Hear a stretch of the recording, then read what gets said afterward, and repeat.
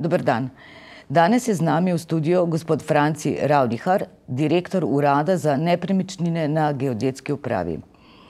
Pogovarjala se bova o obvestilih, ki jih je GURS začel pošiljati, in sicer lastnikom nepremičnin. Gre za obvestila o nepremičninah in informativnem izračunu davka na nepremičnine. Gospod Ravnihar, povejte mi prosim najprej, kdaj ste začeli sploh pošiljati ta obvestila in kdo so tisti prvi prejemniki? In če se ne motim, ste celotno skupino lastnikov nepremičnin razdelili na več delov, tako da ne dobijo vsi istočasno, ne? Ja, lep pozdrav. Poglejte, vseh obvestil, ki bodo v naslednjih dneh posredovana v poštne nabiralnike lastnikom, davčnim zavezancem, je 1.180.000 nekaj gor, nekaj dol. Seveda je razumljivo, da tako velike količine pošiljk ni možno niti v enem kosu natisniti, še manj seveda v enem kosu raznositi do zadnjega poštnega nabiralnika. Tiskajo se naša obvestila sukcesivno in tudi tako v nekaj dneh bodo vsa natisnjena, tudi potem v naslednjih dneh tudi dostavljena do vseh lastnikov, ki so davčni zavezanci. Tukaj nismo kaj posebej izbirali, kdo dobi prej, kdo ne dobi prej, ker tukaj ni neke posebne matematike. Je pa res, da so v teh prvih paketih, ki so bili danes dani, oziroma včeraj dani na pošto, danes so jih nekateri lastniki že dobili, so v glavnem to obvestila, kjer je manjše število nepremičnin zajeto, ni pa nujno, so lahko tudi kakšna večja. Dejstvo pa je, da tisti lastniki, ki imajo največje število nepremičnin, tam čez 2000 ali pa blizu 2000, tisti bodo pa v naslednjem tednu, se pravi bolj proti zadnji tranži dobili ta obvestila. Mimogrede, kdo so tisti, ki imajo veliko število nepremičnin? To je ogromna številka. Ogromne številke so, ni samo več kot 2000, jih je tudi 40 000, jih je tudi 300 000, gre seveda za predvsem recimo nekaj večjih občin, gre za nekaj upravljavcev državnega premoženja, kot je Ministrstvo za obrambo, kot je recimo Sklad kmetijskih zemljišč in gozdov Republike Slovenije. Aha, dobro. Ampak dokdaj pa lahko pričakujemo, da bodo vsi dobili ta obvestila? Mi nekako računamo, da bi v naslednjem tednu morali vsi lastniki dobiti ta obvestila, vkolikor potem, ko bomo imeli informacijo s strani pošte, da so vse pošiljke bile razdeljene v poštne nabiralnike, bomo to seveda tudi povedali, in vkolikor nekdo mogoče navezati kakšnega razloga, vse je možno na koncu konca, ne bi dobil, pa meni, da bi moral dobiti obvestilo, seveda bomo takrat prosili, da se oglasi na Geodetski upravi, bomo pogledali, preverili, in vkolikor je res prišlo do tega, da ne bi bilo obvestilo posredovano, ga bomo natisnili in ga seveda stranki tudi doročili. Kaj pa sploh piše v tem obvestilu? Kateri podatki so navedeni? Glejte, to je obvestilo, kot ste že na začetku sami omenili, o podatkih o nepremičninah in o informativnem izračunanem davku. Torej, gre za to, da je prvi del obvestila, če poenostavljeno rečem, praktično enak, kot je bil leta 2010. Se pravi, na začetku je prejemnik z kodo za spreminjanje podatkov, ki jo uporabi za dostop do naše spletne aplikacije. Potem je pa za vsako nepremičnino so najprej podatki o tej nepremičnini. Isti, kot so bili, obseg je isti, seveda so pa podatki različni, ker so se vmes spreminjali. Potem je pa poleg vsake nepremičnine, vsake parcele, vsakega dela stavbe, se pravi tega sklopa podatkov, je neka posebna tabela, ki vsebuje nekih 7-8 kolon. Tukaj pa so pravzaprav podatki, ki so na nek način bili potrebni in so sestavni del izračuna informativnega izračuna davka. Se pravi, za kateri model se gre, kakšna je vrednost posameznega modela, kakšne dele zavezanca, kakšna je vrednost za tega zavezanca, kakšna je davčna stopnja in kakšna je potem po formuli, ki jo pač zakon predvideva na končni izračun davka za to posamezno sestavino. Na kaj pa naj bo prejemnik obvestila najbolj pozoren? Seveda mi lastnike nekako pozivamo, opozarjamo, da preverijo podatke. Treba je povedati, da je to že pravzaprav tretji poizkus ali pa tretja tranša, če bi tako rekli, ko smo na nek način lastnikom prinesli na dom podatke, ki jih o njihovih nepremičninah vodimo v državnih evidencah. Prvič je bilo to leta 2006 v popisu, ko smo prinesli, kaj imamo in so ljudje dopolnjevali, popravljali.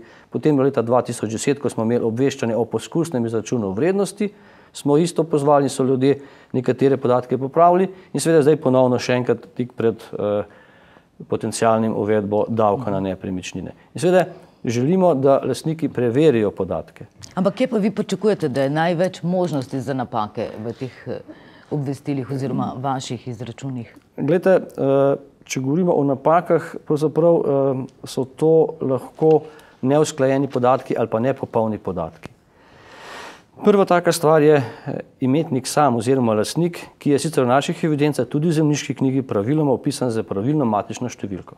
Imamo pa kar en lepo število reda velikosti 60-70 tisoč oseb, pri katerih tako v zemljiški knjigi, kot seveda tudi pri nas, potem ni vpisana prava matična številka. Vse te osebe, vse ti prejemniki bodo na obvestilo dobili posebno obvestilo pod svojim imenom in priimkom, da v naši evidenci niso zavedeni z pravilno matično številko in da seveda jih prosimo, da takrat se oglasijo pri nas in to sporočijo. To zadeva je pomembna, kajti recimo, če ni prave matične številke, tudi ni možno upariti podatkov z centralnim registrom prebivalstva in na koncu koncev lahko tudi ne bo pri tej nepremičnini, katere sem jaz lastnik, pa nisem upisan s pravo matično številko, ne bo možno upoštevati davčne stopnje za rezidenčno, se pravi nižje davčne stopnje. Pa to je prvi tak sklop podatek o EMŠO-ju. Seveda tudi iz prakse ugotavljamo, da je kar nekaj še vedno neurejenega lastništva. Kar se pa podatkov tiče, so pa to podatki predvsem o delih stavb, pri katerih ni vzpostavljena etažna lastnina. Ker podatki o delih stavb, pri katerih je vzpostavljena etažna lastnina, se pravi, so vpisani v kataster stavb na osnovi elaborata, so vpisani v zemljiško knjigo v etažne lastnine, tam so pravzaprav podatki zagotovo pravilni, ker so bili rezultat terenske odmere, elaborata, potrditve stranke. Tisti podatki, ki so bili zbrani skozi popis ali pa skozi kakšne druge podatke, so pa lahko še kje na kakšnih segmentih nepopolni ali pa neusklajeni. Kakšne površine, kakšen podatek o komunalni opremljenosti, o letnici, obnovi in podobno. Take podatke lahko seveda lastniki popravijo, sporočijo in to potem pri nas uredimo. To so podatki, ki so vezani na nepremičnino. Tukaj bi rad poudaril še posebej, da smo za potrebe davka, za izračun davka, tako kot zakon nalaga, pridobili eno maso podatkov od drugih organov, ki so za te podatke pristojni. Nekaj od teh je bilo res že prej, recimo namenska raba s strani občine, ker je ta vpliva tudi na vrednost ali pa zemljišče za gradnjo stavb. Ampak recimo, ali je neka nepremičnina kulturni spomenik, je nov podatek, ki smo ga dobili iz Ministrstva za kulturo. Ali imam na neki nepremičnini ustanovljeno osebno služnost, ker mi seveda vpliva na to, ali imam rezidenčno ali nimam rezidenčno stanovanje. To je podatek, ki smo ga dobili iz zemljiške knjige. Potem recimo podatek o tem, ali je neka nepremičnina javno dobro in je posledično oproščena davka, je tudi podatek, ki smo ga dobili iz zemljiške knjige. Potem še nekaj je oprostitev, recimo ali je nek del zemljišča pod infrastrukturnim objektom, ker bi sicer moralo biti upisano v zemljiški knjigi kot javno dobro, pa ker vemo, da vse te ceste niso vedno in posod odmerjene, niso upisane kot javno dobro v zemljiško knjigo, se je zakon neko olajšavo prinesel na ta način, da se tudi ceste, del zemljišča, ki je pod nekim infrastrukturnim objektom in smo to na nek način znali identificirati, upoštevali pri izračunu davka kot oprostitev. To so pa seveda podatki, ki pa jih lastniki na geodetski upravi ne morejo neposredno popraviti. Take podatke je potrebno popraviti pri viru, se pravi pri izvoru podatkov, pri organih, ki so pristojni za te podatke. Se pravi, če ugotovi prejemnik vašega obvestila, da pač nek podatek ne drži, kaj mu potem svetujete? Da najprej pogleda, kje je primarni vir, ali tam ta primarni vir je točno zaveden podatek in šele potem pride do vas. Tako je. Kar pomeni, da ima kar neki poti za preverjanje pravilnosti podatkov. Že sami ste navedli zemljiško knjigo. Vse te podatki so napisani na obvestilu. Se pravi, ali je upisana javno dobro v zemljiški knjigi, je na obvestilu navedeno. Če ni napisano, pa lastnik meni, da je, seveda bo potrebno preveriti v zemljiški knjigi, ali je ali ni. Je pa treba se še nekaj povedati. Danes smo 13. februarja. Obvestila nosijo datum 31. januar, kar pomeni, da so obvestila skreirana iz stanja podatkov na 31. januar. In še več, te podatke, ki pa smo jih dobili od drugih organov, so bili seveda posredovani nekje do 10. januarja. In če nam je recimo zemljiška knjiga posredovala podatke o osebni služnosti, nam je poslala tiste, ki so bile upisane do 10. januarja v zemljiški knjigi. Če je recimo nekdo upisal osebno služnost včeraj v zemljiško knjigo, na tem obvestilo seveda še ni upoštevana. To bo upoštevano potem pri končnem obdelavi podatkov, tako kot zaenkrat zakon velja, ko bomo nekje v začetku aprila te podatke posredovali davčni upravi. Takrat pa bodo te podatki, seveda, ki so danes prihajajo v evidenco in bodo prišli do 31. marca v našo evidenco, pa potem upoštevani. Se pravi, vse te korekture teh podatkov, vse to, kar bodo tudi sami, ti lastniki nepremičnin, recimo pri vas želeli popraviti, bodo šele potem do konca marca dejansko upoštevani in ažurirani. Lastniki če se povemo, lastniki imajo seveda čas, da do 31. marca te podatke uredijo. In vse te, ki bodo urejene, takrat jih bomo potem pri naslednjem obračunu lahko upoštevali. Ampak to urejajo samo pri vas, recimo, konec koncev, pomemben je za njih ta končni izračun, koliko davka bodo morali plačati, se pravi, da lahko pridejo k vam na GURS, ali po kakšni poti lahko vse to urejajo? Ja, poglejte, podatke lahko lastniki urejajo na več načinov. Te podatki, ki so neposredno v naših evidencah, so ali z spletno aplikacijo, s pomočjo kode, ki jo dobijo na obvestilu, lahko seveda se poslužijo tudi posebnih obrazcev, kjer sporočite nek podatek, ker čisto vseh podatkov ne morete sporočiti oziroma spremeniti spletno aplikacijo. Recimo nekih površin ali pa dejanskih rab je potrebno izpolnitev obrazca, je potrebno podpis, pa še kakšno dokazilo zraven, kakšno skica. Nekaterih podatkov pa seveda ne morete popraviti drugače kot v upravnem postopku z obiskom geodetskega podjetja z izdelavo elaborata. Recimo površino parcele, če menite, da ni pravilna, jo ne morete popraviti neposredno. Kajti površina parcele je odvisna od tega, kje so meje v naravi, kako ta meja poteka in je površina pravzaprav rezultat meje. Se pravi, treba najprej meje urediti, pa potem podatke. Teh spremembe sicer manj, ampak hočem povedati, da seveda so 3 možnosti. Na ta način lahko sporočijo podatke in potem mi te podatke, ki bomo se spremembe sprejeli, bodo zavedene v našo evidenco in najkasneje potem v tej končni obdelavi upoštevane. Mi se seveda, če lahko samo še dodam, mi se seveda poskušamo nekako izvesti nekje še v vmesnem obdobju pridobitev teh podatkov, ki se bodo vmes spreminjali zdaj v tem času do konca marca, da bi vsaj enkrat nekje v sredini marca poskušali te podatke dobiti in jih še enkrat obdelati, ker to so kar obdelave, ki trajajo kar nekaj dni, čez vikend jih bo treba narediti, in potem dati možnost, recimo, da tisto, kar bo, bom na pamet rekel, nekje do sredine marca že sporočeno in zavedeno evidenco, bo potem tudi možnost skozi spletno aplikacijo videti, torej, če sem jaz nekaj popravil, a se to da je že spremenilo in kako to vpliva. Ampak kljub vsemu, vsi lastniki nepremičnin v Sloveniji nekako nimajo dostopa niti do računalnika oziroma možnosti pač do nekega digitalnega popravka. Teh je verjetno kar precej. Kam pa naj grejo tisti ljudi, tudi če gre za preproste popravke? Poglejte, čisto se ne morem strinjati z vami. Dostop do interneta v naši državi je pravzaprav relativno enostaven in veliko lastnikov ga ima. Se pa strinjam z vami, nimajo ga vsi. Seveda, taki lastniki se seveda lahko obrnejo in pride tudi na geodetsko upravo, kjer bodo na papirnati način oziroma z obrazci ali pa z drugimi dokumenti lahko uredili pa spremenili podatke.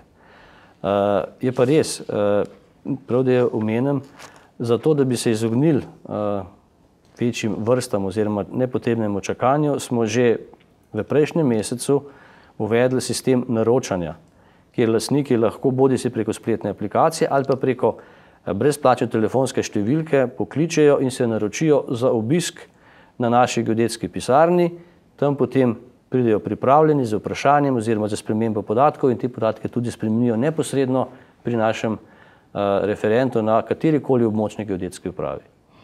Zdaj sami ste že rekli, da se bodo v tem času do konca marca lahko podatki še spreminjali, ažurirali. Zdaj, verjetno bo kar nekaj teh popravkov zaradi pač škode, ki je povzročil žleta, ne, se pravi, na gozdovih in tako naprej. Te vrednosti se bodo spreminjale, ne. Pričakujete tukaj kar veliko popravkov, prav zaradi žleda, no? Glejte, v tem trenutku se zaradi žleda podatki v naših evidencah ne bodo nič spremenili. Namreč vrednost nepremičnine je izračunana na osnovi podatkov, ki so v tem trenutku v evidenci in na osnovi modelov vrednotenja, ki so s posebno uredbo vlade določeni. In te se ne spreminjajo kar tako, se spreminjajo pač ali na vsake 4 leta, ko izvedemo novo generalno vrednotenje in se lahko modeli spremenijo, ali pa recimo vsako leto, ko ugotovimo indeksiranje, se pravi, da so se cene na trgu znižale za nek procent, potem vsem istovrstnim nepremičninam znižamo cene. Torej, zaradi posledic žleda, ki je seveda zelo huda katastrofa se zgodila, se v tem trenutku vrednosti nepremičnin ne bodo spremenile. Tudi podatki, ki so danes na obvestilih glede vrednosti in tudi končnega informativnega izračuna davka, ki je pač rezultat vrednost krat davčna stopnja, seveda ni nič odvisen od tega, da je danes neka parcela, ki je gozd, dejansko manj vredna, ker je pač žled uničil ali celo ali polovico ali kolikorkoli pač že. Kako in na kakšen način bo to urejeno, zagotovo, da z nekim posebnim ukrepom, z neko drugačno odločitvijo, mogoče tudi kakšnim posebnim zakonom, to pač mislim, da vlada pripravlja v tej smeri rešitve. Direktnega vpliva na ta proces izračuna vrednosti v tem trenutku in izračuna informativnega davka pa to nima. Pa deva še zadnje vprašanje. A je sploh nujno se recimo lastnikom nepremičnin mudi spreminjanjem oziroma s popravljanjem podatkov, glede na to, da sploh nismo še prepričani, ali bo v resnici letos veljal ta zakon o davku na nepremičnine, glede na to, da še vedno čaka na ustavno presojo? Poglejte, kakšna bo odločitev, pa kakšna bo končna presoja ustavnega sodišča, ne vemo. Trenutno zadržanje je zadržanje v smeri izdajanja odločb davčne uprave. Aktivnosti, ki jih je dolžna opraviti geodetska uprava, pa niso zadržane. Zato smo tudi nadaljevali z našim delom, tudi zaključili izdelavo obvestil in jih posredovali lastnikom in tudi seveda zdaj v teh naslednjem obdobju bomo podatke urejali. Zdaj, ali bo to za davek prišlo upoštev letos ali ne, kot sem rekel, ne znam povedati. Je pa prav, da lastniki poskrbimo za to, da imamo urejene podatke. Namreč treba je vedeti, da se podatki iz registra nepremičnin, predvsem vrednost nepremičnine, ne uporablja zgolj in samo za davek. Davek je res eden od pomembnih uporabnikov tega podatka, če tako rečem. Ampak že nekaj časa se ti podatki uporabljajo v tudi druge namene, v socialne transfere, potem pri sklepanju zavarovanj, pri določevanju hipotekarnih kreditov in podobno, tudi pri prodaji, pri obdavčitvi prometa na nepremičnine so te vrednosti pomembne in je prav, da imamo urejene podatke, ker ti urejeni podatki potem se odražajo skozi pravilno vrednost naše nepremičnine. Dobro, gospod Ravnihar, hvala lepa za pogovor. Malenkost, hvala vam.